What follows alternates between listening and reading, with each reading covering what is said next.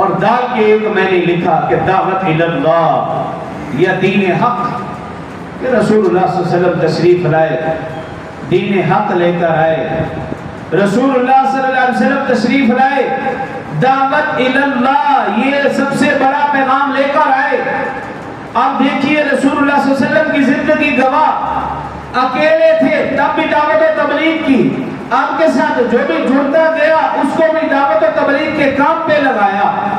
رسول اللہ صلی اللہ علیہ وآلہ وسلم مکہ میں ہے دعوت و تبلیغ، طائف کے میدان میں ہے دعوت و تبلیغ،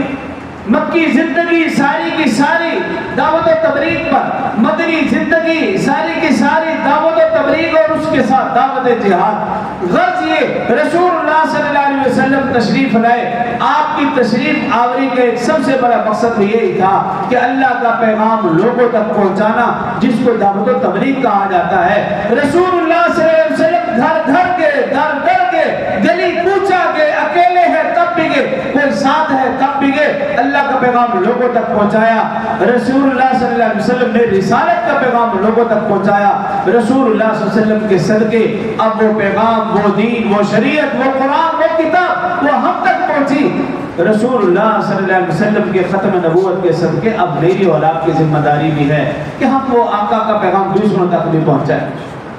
اگر میں نماز پڑھتا ہوں یہ کافی نہیں، ہاں میرا گھر، میرا کنبہ، قبیلہ، برادری، رشتہ دار، میرے جاننے والے، میرے دوست وہ بھی اسی نماز میں لگ جائے۔ اگر میں گناہوں سے بچنے کی کوشش کرتا ہوں تو یہ کافی نہیں، نجات کے لیے ضروری ہے، اخروی نجات کے لیے کہ میرے رشتہ دار، کنبہ، قبیلہ، برادری، دوست، احباب، جہاں جہاں تک میری پہنچ ہو سکتی ہے، امر بالمعروف ونہی عن المنکر، جہاں میرے لیے ضروری ہے، میرے کنبہ، قبیلہ، برادری، رشتہ داروں کے لیے بھی ضروری ہے، تو آقا صلی اللہ علیہ وسلم کے نام کی دال، حرف دال بتا رہی ہے دین حق، دعوت و تبلیغ، دعوت اللہ، یہ کام بھی ضروری ہے۔ اور بھی بے شمار معنی اور مفہوم لکھے، اس کی طرف میں نہیں جانا چاہتا۔ غرض یہ کہ رسول اللہ